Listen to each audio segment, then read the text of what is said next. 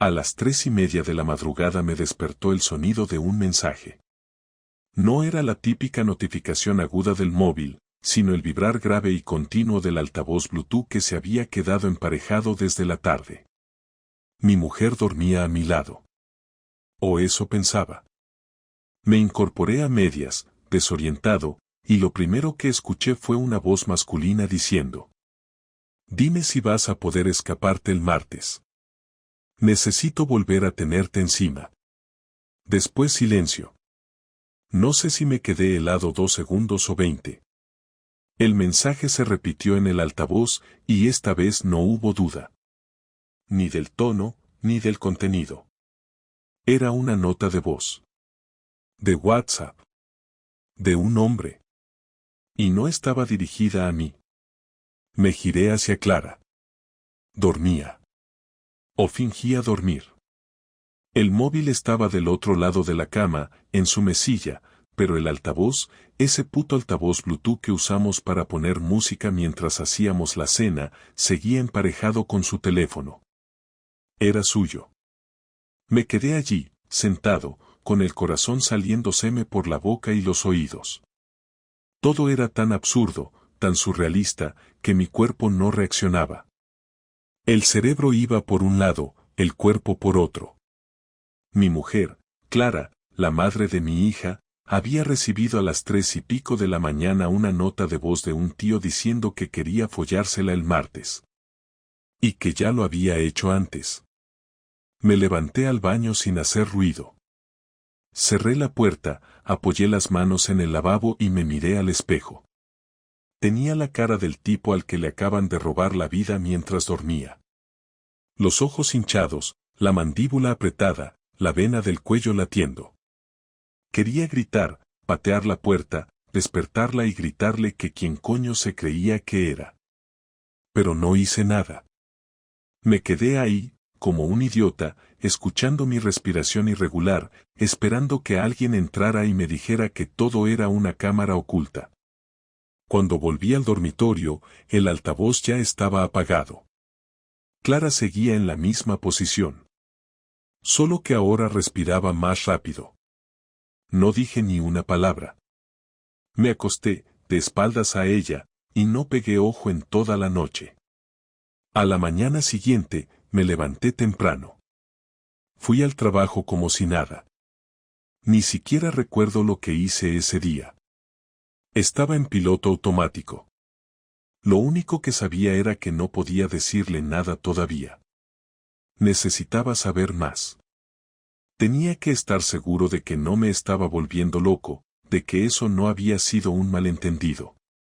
Aunque en el fondo ya sabía la verdad. Volví a casa a eso de las 6. Clara estaba preparando la cena, como si todo siguiera igual. Me saludó con un beso seco en la mejilla. ¿Todo bien?, preguntó sin mirarme. Sí. Mucho lío con lo de los presupuestos, mentí. Durante la cena, no pude dejar de observarla. Estaba igual que siempre. Clara era de esas mujeres que nunca pierden el control. Siempre peinada, con ese moño tirante que no dejaba ni un pelo fuera de sitio, vestida con ropa cómoda pero impecable, como si esperara una visita. Hablaba de la niña, del trabajo, de la madre que se había caído en el supermercado. Yo asentía en silencio, masticando con lentitud, sintiendo que compartía mesa con una desconocida. Esa noche no hubo mensaje. Ni el martes tampoco. Ninguna nota de voz reproducida por error.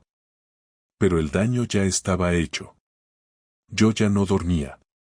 No comía. Empecé a revisar mentalmente todas las veces que había salido con las chicas del cole, todas las reuniones, todas las excusas.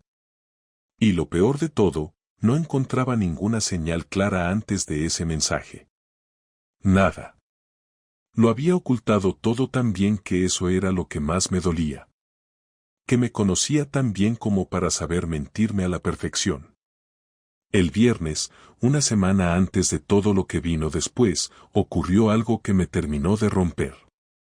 Yo estaba en el salón con la niña viendo dibujos, y Clara hablaba por teléfono en la cocina. Hablaba bajo, como siempre que la conversación no quería que fuera pública.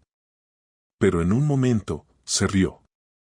Se rió con una risa que no le escuchaba desde hacía años. Una risa de esas que salen sin control, de las que no finges. Entonces lo supe. Ya no necesitaba más pruebas. Clara estaba con otro. Me encerré en el cuarto de baño y me senté en la tapa del váter con las manos en la cabeza. Tenía que tomar una decisión. No podía seguir viviendo así. No era solo el engaño sexual, era el desprecio, el cinismo, la risa al otro lado de la pared mientras yo le limpiaba las legañas a nuestra hija. Y lo peor, ya no quería saber por qué lo había hecho. Solo quería que lo pagara. Lo que pasó el sábado no me lo esperaba, y mira que yo ya iba con la mosca detrás de la oreja, con cada detalle apuntado mentalmente, con cada movimiento suyo analizado como si fuera una película de espías, pero no, esto fue algo tan directo, tan crudo, que ni siquiera necesité pensar. Me levanté temprano como siempre, hice el desayuno para la niña, tostadas con mantequilla como le gustan, y Clara seguía en la cama, según ella porque le dolía la cabeza, lo cual me pareció conveniente ya que era sábado y no tenía que ir al instituto, pero como últimamente todo me parecía sospechoso, no dije nada. Me limité a hacer lo mío y a mantenerme al margen, como si todo fuera normal. Pero no lo era, y yo lo sabía. A las 11:15, mientras la niña jugaba en el salón, Clara se duchaba y yo ordenaba un poco la cocina, sonó su móvil. No fue un mensaje, fue una llamada. Y no fue la típica llamada de número desconocido ni nada parecido, no, era un nombre guardado en su agenda, Marcos I.E.S. No lo cogí, solo lo miré. Después de que dejara de sonar, esperé unos segundos y desbloqueé su móvil. Sabía su código desde hace años y nunca había tenido motivos para usarlo a escondidas, hasta ahora. Entré en WhatsApp, fui directa a ese contacto y ahí estaba todo, mensajes borrados, huecos, conversaciones inconexas, pero también capturas automáticas de notificaciones en la nube, porque sí, Clara no sabía que el móvil hacía copia de todo. Y ahí fue donde lo encontré. Un mensaje claro como el agua, te juro que no paro de pensar en la última vez, y no puedo esperar al martes. Eso era del jueves por la tarde. Luego, uno más, no puedo hablar ahora, está en casa. Ese está en casa era yo. Yo era el estorbo. Yo era la molestia que les impedía seguir con lo suyo. No solo me estaban engañando, me estaban usando de cobertura.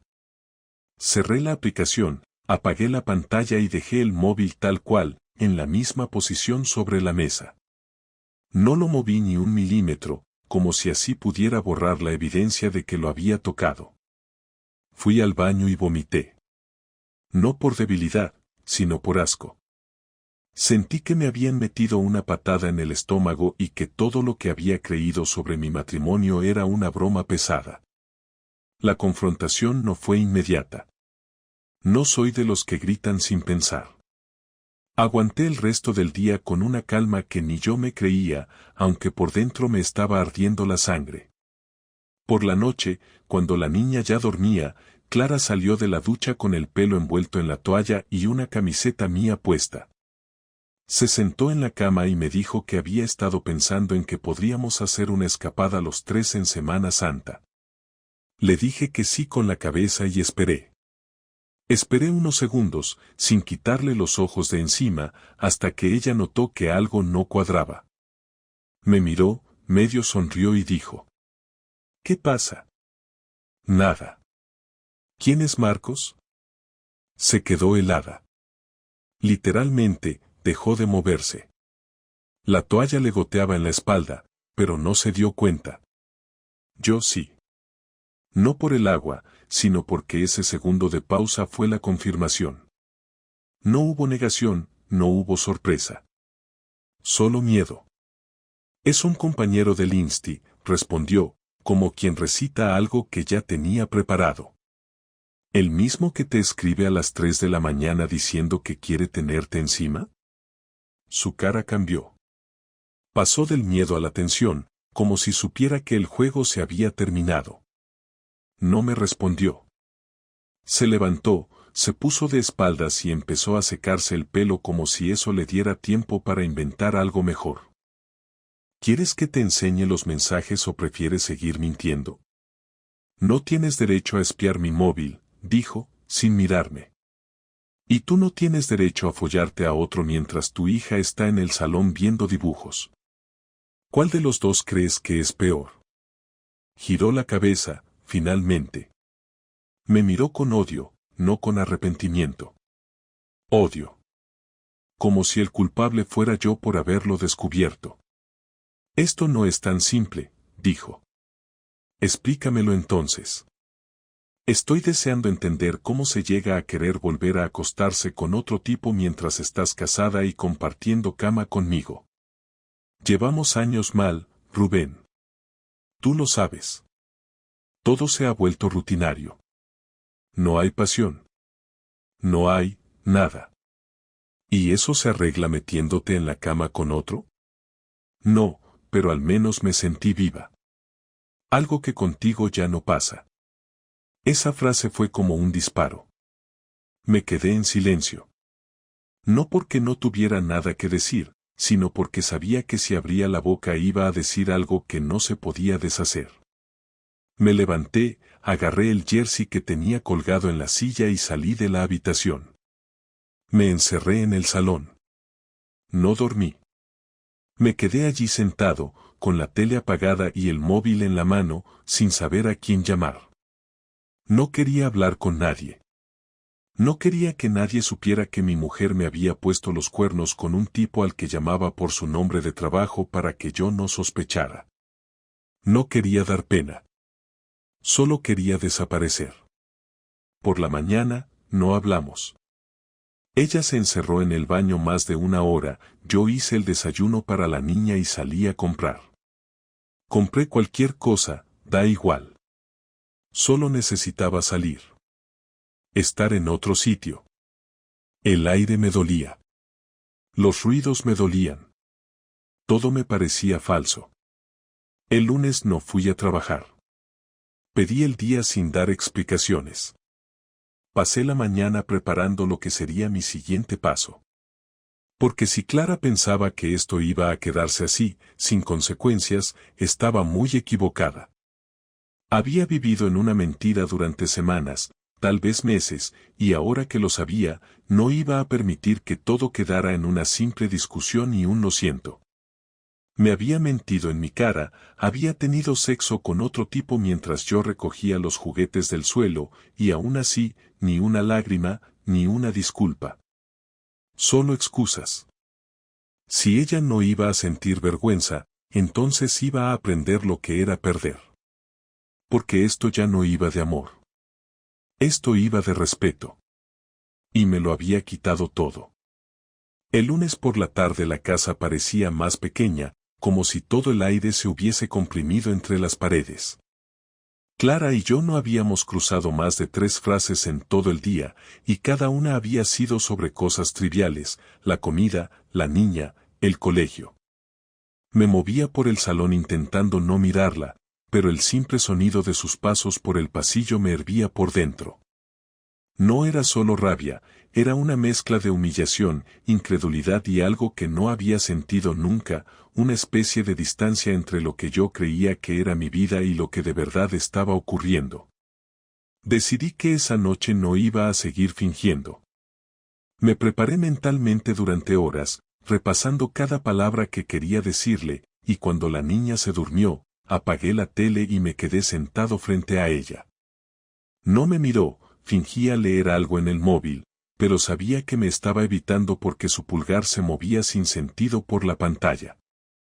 Le dije que íbamos a hablar y que no quería interrupciones. Ella soltó un suspiro largo, como si ya estuviera cansada antes de empezar, y me dijo que no tenía fuerzas para discutir. Le contesté que no era una discusión, que esto era una conversación pendiente desde hacía tiempo. Levantó la vista, con esa expresión suya de superioridad que me sacaba de quicio, y dijo que si era para hablar de lo mismo, no servía de nada porque ya lo había dicho todo.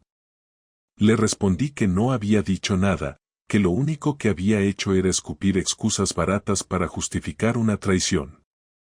Me dijo que exageraba, que lo nuestro llevaba muerto mucho tiempo, que lo único que había hecho era buscar algo que la hiciera sentirse persona otra vez.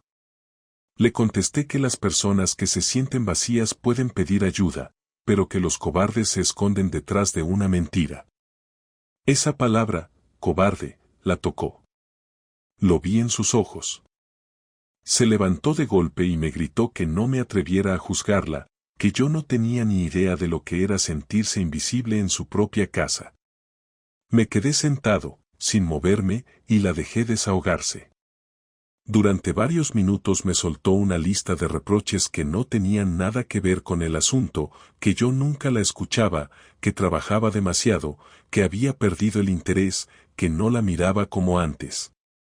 Le respondí que no la miraba como antes porque ya no era la misma persona, que la Clara que yo conocí tenía principios, y que la que tenía delante era capaz de mentir con la misma naturalidad con la que respira. Su cara cambió. Dejó de gritar y empezó a hablar más bajo, casi como si hablara consigo misma. Dijo que no lo planeó, que simplemente pasó, que las cosas se descontrolaron, que al principio solo eran mensajes, luego cafés, y que cuando se dio cuenta ya era demasiado tarde. Me costaba creer que pudiera decirlo con tanta calma. Le pregunté si se había protegido, porque ya no sabía ni con quién me estaba acostando yo durante esos meses. Me miró con desprecio y me dijo que no fuera vulgar, como si el hecho de que me hubiese traicionado no fuera lo bastante asqueroso. Le dije que vulgar era acostarse con un compañero de trabajo en horario laboral. Me contestó que no todo fue así, que una vez sí, pero que no tenía por qué entrar en detalles. Me reí. Una risa sin humor, seca, porque ya no podía más. Le pedí que me dijera cuánto tiempo llevaba. Bajó la mirada y dijo que unos 3 meses. Le dije que no la creía, que probablemente eran más, y que si pensaba que iba a tragarme eso, estaba muy equivocada. Me dijo que no me debía explicaciones, y ahí fue cuando me levanté. Me acerqué lo suficiente como para que sintiera mi respiración, y le dije despacio que mientras siguiera bajo mi techo y delante de nuestra hija, claro que me debía explicaciones, porque la vergüenza que me estaba haciendo pasar no se quedaba solo entre nosotros, se iba a extender, y cuando la gente se enterara, no habría excusa que sirviera. Ella intentó girarse para irse, pero le bloqueé el paso. Me miró con una mezcla de miedo y rabia. No la toqué, pero bastó con que viera en mis ojos que había cruzado una línea que ya no se podía borrar. En ese momento me di cuenta de que la persona que tenía enfrente ya no era mi mujer. Era una desconocida con su cara, con su voz, con sus gestos, pero completamente vacía por dentro. Me preguntó qué iba a hacer, si pensaba contarle todo a la niña o a sus padres. Le dije que no iba a hacer nada por ahora, que simplemente quería verla asumir lo que había hecho. Me respondió que yo también tenía parte de culpa, que la había empujado a buscar fuera lo que no encontraba dentro. Le dije que eso era una forma elegante de justificar la falta de valores, que yo también tenía frustraciones, que también había pasado momentos duros, y que jamás se me habría ocurrido traicionar a la persona con la que había hecho un proyecto de vida. Me dijo que lo nuestro ya no tenía arreglo. Le contesté que en eso estábamos de acuerdo. La conversación terminó con ella encerrándose en el dormitorio y yo quedándome en el salón, con el corazón como una piedra en el pecho. A medianoche salió del cuarto, ya con el pijama puesto, y me preguntó si podía dormir en la habitación o si quería que se fuera al sofá. Le dije que hiciera lo que quisiera, pero que no me hablara más por esa noche.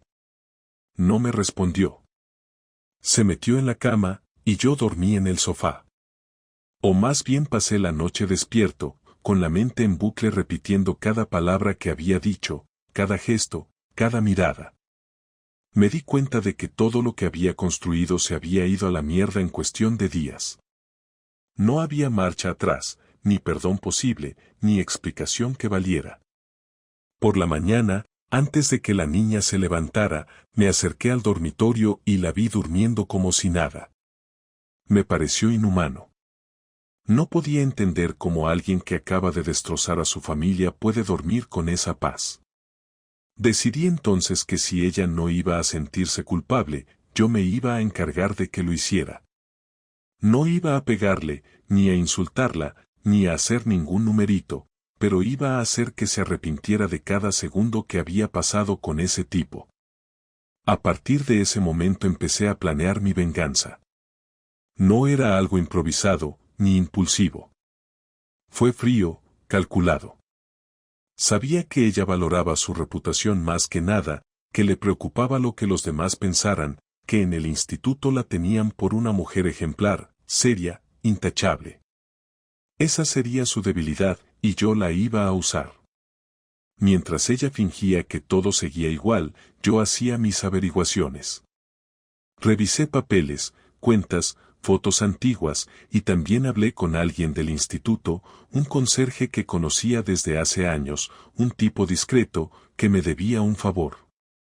No le conté toda la historia, solo le pedí que me avisara si veía a Clara con Marcos fuera del trabajo.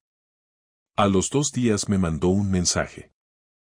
Me dijo que los había visto salir juntos, que se metieron en su coche y que estuvieron más de 1 hora aparcados en una calle cercana, en una zona sin cámaras.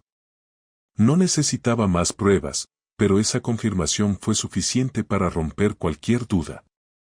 El martes por la tarde, el mismo martes del mensaje de la nota de voz, ella me dijo que tenía reunión en el instituto.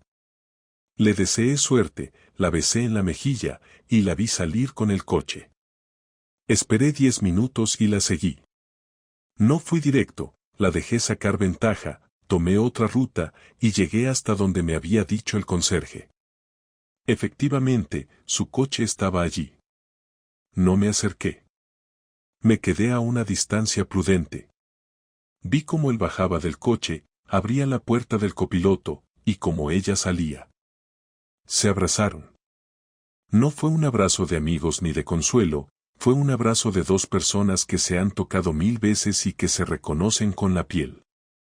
Estuvieron un rato así, y después entraron en un portal. No necesité ver más. Me quedé quieto, mirando la puerta cerrarse detrás de ellos, sabiendo que el último hilo de lo que alguna vez fue mi vida se acababa de romper.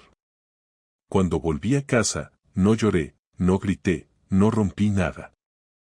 Solo me senté en silencio, pensando en lo que iba a hacer después. Porque ya no era cuestión de amor, ni de tristeza, ni de orgullo. Era justicia. Y la iba a hacer con mis propias manos.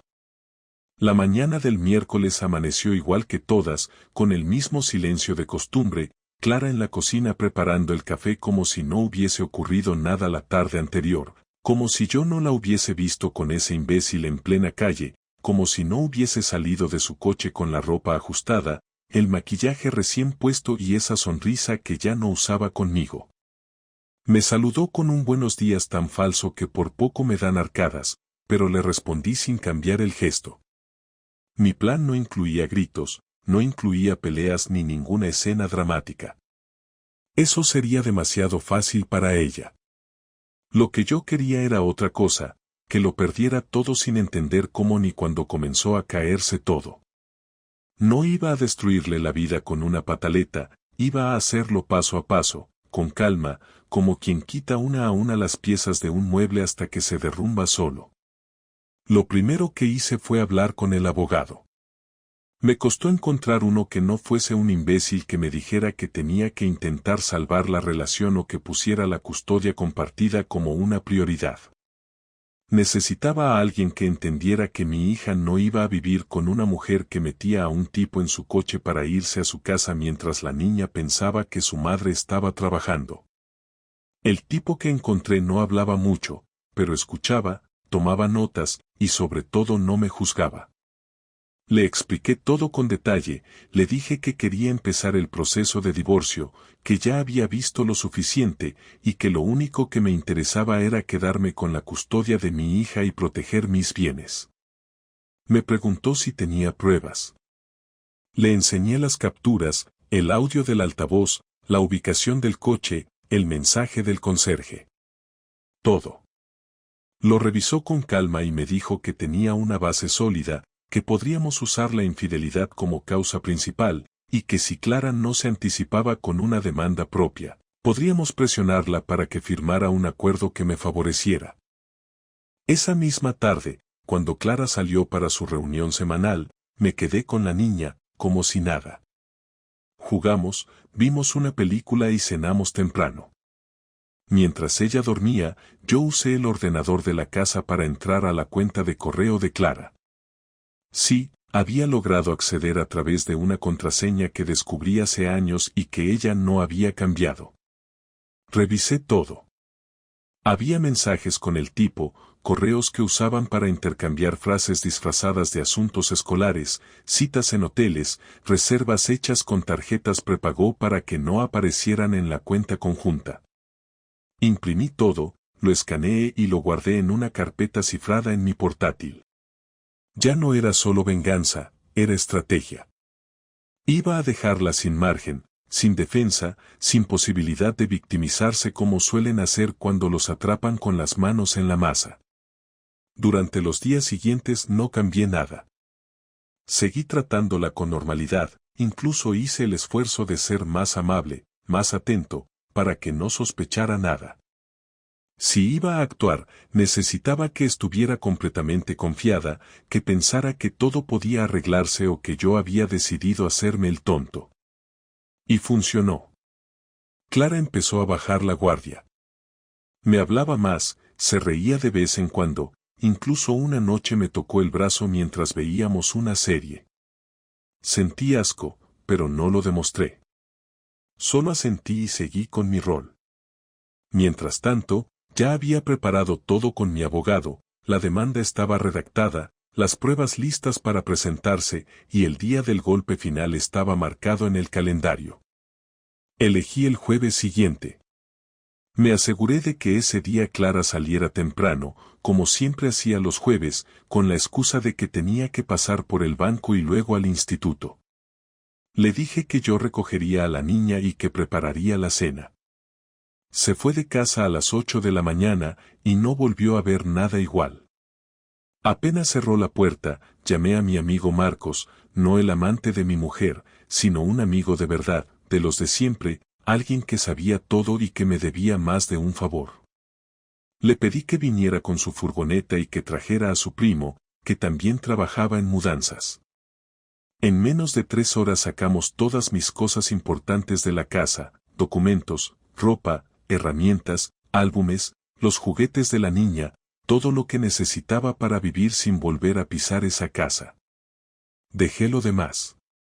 No me importaba lo material, solo quería llevarme lo que tenía valor real, lo que no quería que pasara por sus manos ni un segundo más. A las 12 del mediodía estaba instalado en un piso de alquiler pequeño pero suficiente, cerca del colegio de mi hija, con una habitación para mí y otra para ella.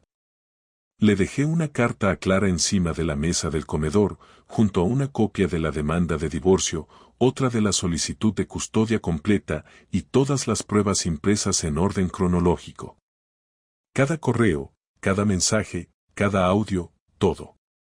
También le dejé el contacto de mi abogado, con una nota que decía, esto es lo único que vas a recibir de mí. No me llames. No me busques. Nos veremos en el juzgado.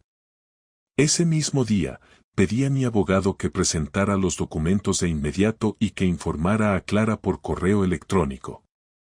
El objetivo era que no pudiera actuar antes de que yo lo hiciera. Por la tarde, recogí a mi hija como siempre, le preparé la cena, y cuando me preguntó por su madre, le dije que esa noche no iba a dormir con nosotros porque necesitaba resolver unas cosas. No le mentí. Le hablé como se habla a una niña que no merece cargar con los errores de sus padres. Le aseguré que la quería, que todo iba a estar bien y que siempre íbamos a estar juntos. Me abrazó sin decir nada. Sentí que todo el dolor valía la pena solo por ese gesto. A las 10 de la noche, Clara me llamó. No lo cogí. Mandó mensajes, correos, incluso me buscó por redes sociales. No respondía nada. Bloqueé todo. No había vuelta atrás. No había espacio para negociaciones ni lágrimas falsas. Su madre me llamó al día siguiente, llorando, pidiéndome explicaciones. Le dije que le preguntara a su hija. El lunes siguiente, en el instituto, Clara fue citada por la dirección. No fui yo quien los alertó, pero alguien envió una copia de las pruebas al correo institucional. Puede que haya sido mi abogado. Puede que no. Lo que sé es que el tipo con el que se acostaba fue suspendido, y a ella le abrieron una investigación interna. Perdió más que su matrimonio. Perdió su reputación, su paz y su tranquilidad. Justo lo que quería. El miércoles por la tarde recibí una llamada del colegio. Era la orientadora de mi hija. Me explicó que Irene había tenido un episodio extraño en clase, que no lloró ni hizo escándalo, pero que se la notaba más retraída de lo normal, que cuando le preguntaron si estaba bien, solo dijo que sus padres no vivían juntos ya. Me pidió si podíamos reunirnos los tres, Clara incluida, para evitar que la situación afectara más a la niña. Acepté sin discutir, porque aunque lo último que quería era ver a Clara, sabía que no podía arrastrar a mi hija en medio de una guerra.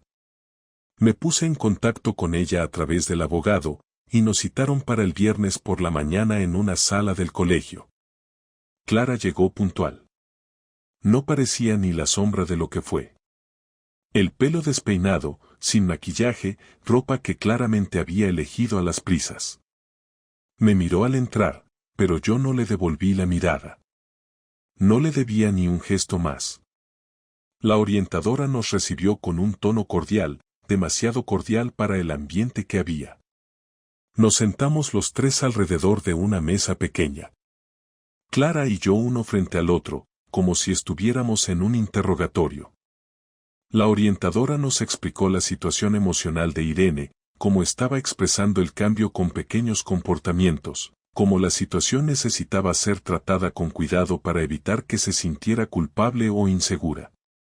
Yo escuché sin interrumpir, asentí cuando tocaba, y cuando nos pidió que habláramos entre nosotros de lo que estaba pasando para construir un relato común que pudiéramos explicarle a la niña, supe que había llegado el momento de decir todo lo que había contenido desde aquella última noche en casa. Miré a Clara directamente, no con odio, sino con frialdad. Le pregunté si estaba preparada para hablar con honestidad por primera vez desde que todo comenzó. Ella bajó la mirada, y en un susurro dijo que sí. Le pedí entonces que empezara ella, que fuera valiente por una vez, que dijera lo que había hecho sin adornos ni excusas. Tardó varios segundos en levantar la cabeza. Dijo que sabía que había cometido un error grave, que lo había traicionado de la peor forma posible, y que no esperaba que la perdonara, pero que no era consciente del daño que eso podía hacerle a nuestra hija. Admitió que fue egoísta, que no pensó en nadie más que en ella misma. Lo dijo en un tono que buscaba comprensión, pero no lo consiguió. Yo no la interrumpí, la dejé hablar hasta que terminó. Después, sin levantar la voz, le dije que ya era tarde para explicaciones, que lo que estaba roto no se arreglaba con confesiones, y que no me interesaba su versión porque ya la conocía, porque cada vez que se metió en la cama con ese tipo mientras yo cuidaba a nuestra hija, selló su destino sin dejar espacio a ninguna reconciliación. La orientadora intervino para calmar el tono, aunque yo no había gritado, pero estaba claro que el ambiente era pesado. Clara no dijo nada más durante un rato, hasta que se volvió hacia mí con una expresión de cansancio absoluto y me preguntó si íbamos a poder llevarnos bien por el bien de Irene. Le dije que sí, que nunca sería un obstáculo para mi hija, que siempre iba a actuar de forma responsable, pero que entre nosotros no quedaba nada que rescatar, ni amistad, ni cordialidad, ni trato humano más allá de lo estrictamente necesario. Me pidió que no la crucificara delante de Irene, que no le hiciera ver que su madre era una mala persona. Le respondí que no tenía que hacerlo, que con el tiempo Irene entendería sola quién fue responsable de todo. La orientadora nos propuso una forma conjunta de explicarle a la niña lo que estaba pasando, un guión simple donde ninguno de los dos se culpaba abiertamente, pero donde se dejaba claro que el problema era entre nosotros y no con ella. Acepté. No por Clara, sino por mi hija. Cuando terminamos la reunión, nos fuimos sin despedirnos. 2 días después, fuimos juntos a recoger a Irene del colegio y le hablamos en un parque cercano, sentados los tres en un banco. La niña nos escuchó con atención. No lloró, no hizo preguntas. Solo dijo que quería seguir viendo a los dos. Le prometimos que así sería. Después de eso, Clara se fue y me quedé con la niña el resto del día. Fue duro. Verla correr entre los columpios como si nada, sin saber que su familia estaba hecha pedazos, me partió por dentro. Pero no se lo mostré. Me limité a estar ahí, a ser el padre que siempre fui, el que ella necesita, el que nunca se va. Una semana más tarde, Clara me pidió hablar. Me dijo que no iba a rogarme nada, que solo quería una conversación en privado. Acepté solo porque pensé que podía servir como cierre. Nos vimos en una cafetería cerca del centro, a media tarde. Estaba distinta. Más tranquila. Menos defensiva. Me dijo que no sabía cómo había llegado a ese punto, que al principio pensó que solo era una distracción, algo pasajero, y que cuando se dio cuenta, ya estaba atrapada en una rutina de mentiras de la que no sabía cómo salir. Le pregunté si todavía seguía viendo al tipo. Me dijo que no, que él se había alejado en cuanto el escándalo llegó al instituto. Que no fue amor, que no fue una historia paralela, solo una vía de escape mal elegida. Le respondí que todo eso daba igual, que lo que había destruido no era solo una relación, sino mi capacidad de confiar en alguien otra vez. Me pidió perdón. Un perdón largo, sincero, lleno de detalles. Lo escuché en silencio. Y cuando terminó, le dije que no la odiaba, que no deseaba que le fuera mal, pero que no podía volver a mirarla sin recordar todo lo que hizo. Le dije que la próxima vez que pensara en engañar a alguien, se acordara de la cara de su hija cuando se enteró de que ya no viviríamos juntos. No dijo nada. Bajó la mirada. Pagó la cuenta y se fue. Me quedé allí un rato más, terminando el café, pensando que eso era todo. No hubo gritos, ni lágrimas, ni súplicas. Solo el final. Limpio, definitivo. Lo que ella destruyó no tenía arreglo, y ahora era su carga. Yo ya estaba del otro lado. Listo para lo que viniera. Han pasado 3 semanas desde la última vez que hablé con Clara en aquella cafetería. Desde entonces no he vuelto a verla más allá de los intercambios breves cuando recoge o deja a nuestra hija, y esos momentos no duran más de 30 segundos. Ella llega, espera en la acera, la niña baja, se saludan con un beso rápido, y el coche arranca de nuevo. Yo no salgo. Me quedo en la ventana, observando todo sin intervenir, no porque tenga miedo de enfrentarla, sino porque ya no tengo nada más que decirle. El proceso legal avanza como esperaba. El abogado me mantuvo al tanto de cada paso y la última notificación fue clara. Clara aceptó el convenio que le propusimos sin discutirlo. Custodia para mí, visitas reguladas, pensión alimenticia mínima porque ella no quiso pelear.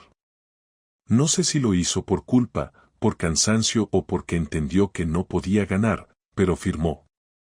No hubo más llamadas, ni cartas, ni ningún intento de reconciliación. Tampoco me interesa saber por qué actuó así. Me basta con el resultado. Desde que me mudé al piso nuevo, las cosas han cambiado más de lo que esperaba.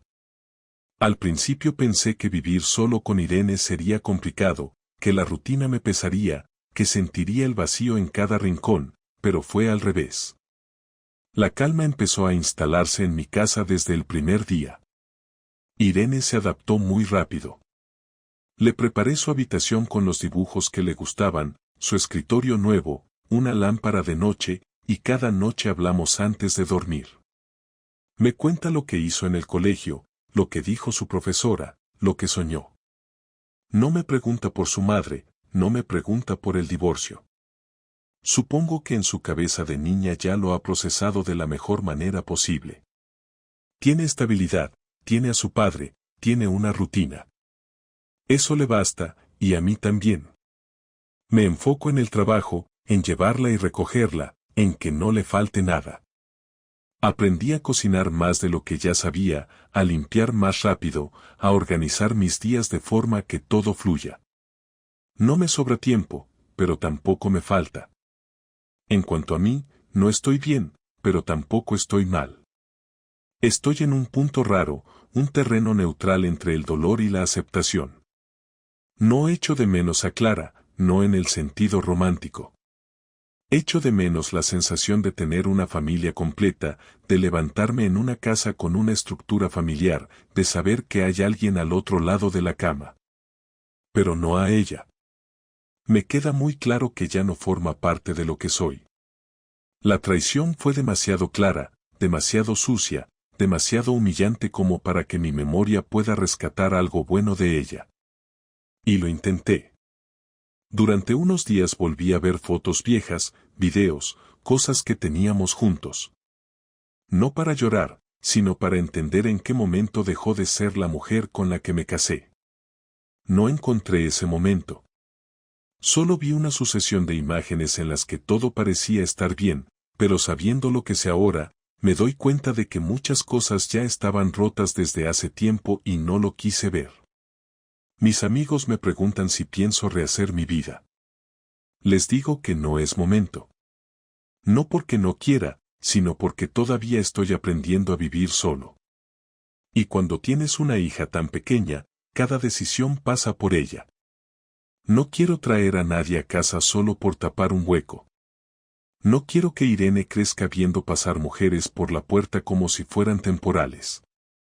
Si algún día aparece alguien que valga la pena, alguien que respete mi vida y la de mi hija, lo consideraré. Pero no estoy buscando. Ahora mismo lo único que quiero es paz. Y por primera vez en mucho tiempo, la tengo. Me han dicho que fui duro, que la venganza fue demasiado, que tal vez podría haber manejado todo con más calma. Tal vez.